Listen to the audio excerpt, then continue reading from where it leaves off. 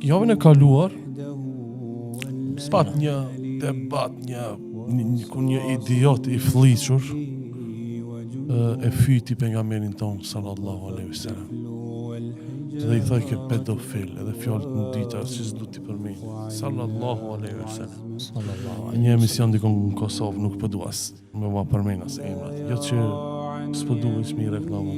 Pyetimi është ndaj jush, pozë ndërum. Si është në gjendje e këtyre që e fin pejgamberin në jetën tjetër? Pa dyshim se në botën tjetër ai që e fin pejgamberin sallallahu alaihi wasallam do të jetë përfundimisht zjarri i xhenemit. Nëse nuk pendohet gjatë jetës tij të kthehet në Islam. Rrezikshmëria e tyre është se ato kurrë nuk do dalin prej xhenemit. E xhenemi është i hatashëm, është i frikshëm. Thonë shehu jon Allahu rujt mjafton tonë në xhenem që ambienti thotë është i errët. Shumë i errët, shumë i frikshëm, shumë i nxehtë, të thotë nuk e din prej ka të vinë goditjet. Nuk e din prej ka të vinë goditjet në xhenem.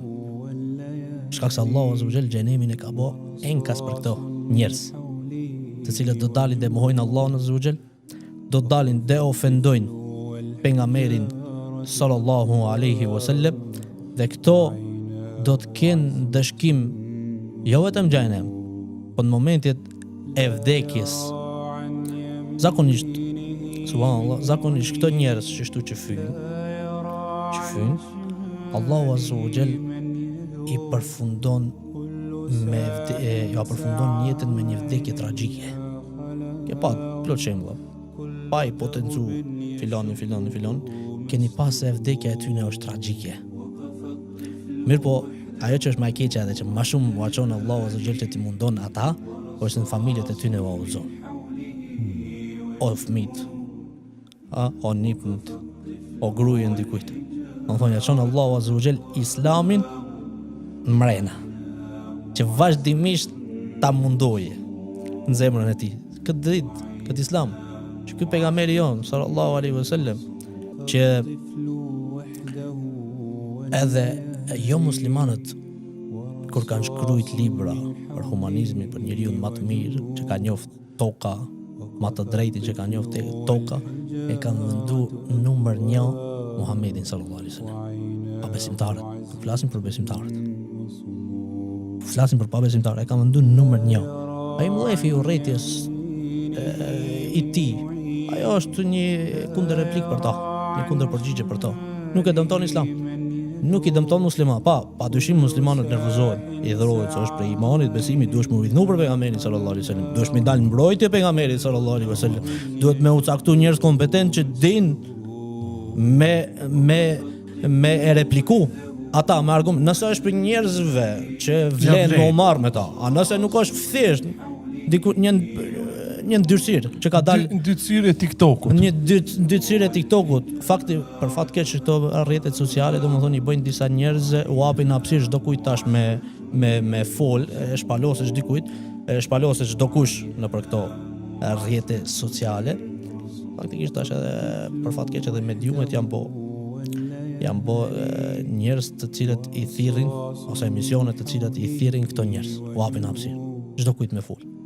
Tash abojnë këto nga çarçe të ndryshme, nga prapavia të ndryshme, për shkak se e shohin se Islami, alhamdulillah, që ky Muhammedun Rasulullah, vetëm sot nuk e dim sa milioner është dëgjuar. Miliarda herë. Sa Allah thot, wa rafa'na laka dhikrak, o Muhammed, ty ta kemi ngrit emrin tënd, përmendjen tënde. Shahadu la ilaha illallah, shahadu anna Muhammed Rasulullah. Vetëm në Shkup nuk e dim sa herë është thënë. Sot mas pak ti të thomi 5 herë në ditë. Namazet Shkup. Po me Mardetov në Gostivar, Shkup. Po në botë. Më thonë saj, Allahu e ka ngrit këtë. Këto islamofoba, e këto të cilët e kanë atë mlefin ndaj pejgamberit ton sallallahu alaihi wasallam, Allahu ka treguar për ta. Inna shani'aka huwa al-abtar. O Muhammed, çaj urrejt si yt që qanë edhe që të ofendon, thot, ai është farsosur. Dhe sosen ato. Unë baron aty në eufori. Një ditë, 2 ditë e kanë atë u gjumin, Allahu i poshtron. Kush përmend për ato? Kush di për ato? Kush di për ato? Kush nje për ato? Kush interesohet për ato në këtë botë? Askush. E për Muhammedin ton sallallahu alaihi wasallam, mjafton që Allahu ja ka ngrit vlerën. Mjafton që Allahu e ka bë që të hysh në Islam. Barabart me emrin e tij e ka vënë edhe emrin e Muhammedit sallallahu alaihi wasallam. La ilaha illallah Muhammedur Rasulullah. Po unë du me thonë veç la ilaha illallah. Ti do me thonë veç la ilaha illallah, mjafton pa Muhammedur Rasulullah. Morat këto dy me u bashku, po thash nuk ja vlen më marr me to, sidomos. Unë qëllimisht e ceka, se dhe shkujta një status në Facebook para disa ditëve, e xhumoj ishte, thash sa dallim do të kenë ditën e gjykimit, ai i cili ka dërgu salavatin ndaj pejgamberit sallallahu alaihi wasallam, që jemi unë, ti dhe plot vëllezëri dhe motra që na shohin. Dhe ai i cili i ka thonë pejgamberit sallallahu alaihi wasallam, s'po du me përmend fjalën pedofil. Ma bano. Po du me koni qartë me shikues. Edhe fyn komente. Këto dy palë, ditën e gjykimit kanë dallim shumë apo jo? Xhenet. A di sa kanë dallim? Po, si mes lindjes dhe perëndimit. Allahu. Kjo është mas pakti që mund e përshkru. Shkak se bota tjetër nuk matet me parametrat e dunjas, me kilometrat e dunjas. Andaj ndihuni krenar shikues, vëllezër dhe motra që çojnë salavate, se vlera e salavatit dhe dashuria ndaj pejgamberit që e kemi ne është shumë e madhe.